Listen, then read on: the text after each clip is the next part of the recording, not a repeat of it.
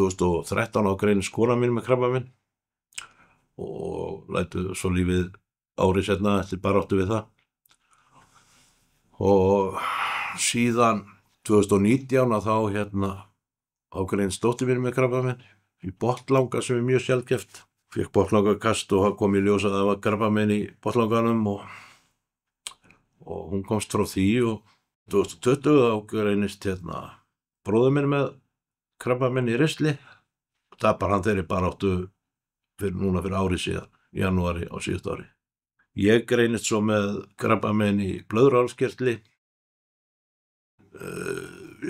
2022. Ég heit Ólafur Helgi Gunnbjörnsson. Þegar ég greinist að þá hakar læknirinn við bara meira heldur en minna í blóðpröfinni og þá kemur í ljós að þessi gildi eru of há og fyrir vikið að þá var þetta bara á algjöru frumstigi þegar ég greinist. Meðferðin gekk mjög vel og ég slapp vel frá henni, geislaði engin lyf og ekki neitt sko. Það er bara létt og blöðmannlegt og hægt að hugsa sér í þessar aðstöðu.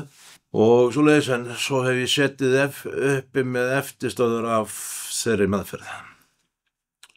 Heilaþoku sem er frekar hvimleið.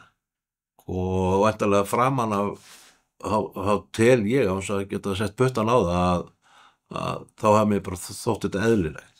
En þegar það var komið hálft ár og þá fannst mér að þetta væri ekki alveg eðlilegt að ef ég yrði þreyttur þá dytti út nöfnin á barnabörnunum og það þarf að fara með til göttuna sko. Ég þarf að passa upp á það að verða ekki þreyttur og þá sónar hausinn út. Það sem hefur hjálpað mér mest í þessari baráttu það er fyrir utan fjölskyldu þá er það krabbameinsfélagið þar sem ég fór og nýtti mér þjónustu og ég fari í gönguferði með krabbameinsfélaginu og á ýmis námskeið sálfræði þjónustu og þetta hefur gert mér mjög gott og ég svo sem legg bílnum yfirleitt fjær heldur en nær og ef ég bara fara upp á aðra hæð þá fer ég stigann og lyfta hann sig í boði sko. Jafnvel upp á þriðju svona, þetta hvernig ég er að nýta mér mikið sko. Það eru aukaskref sem að telja sko.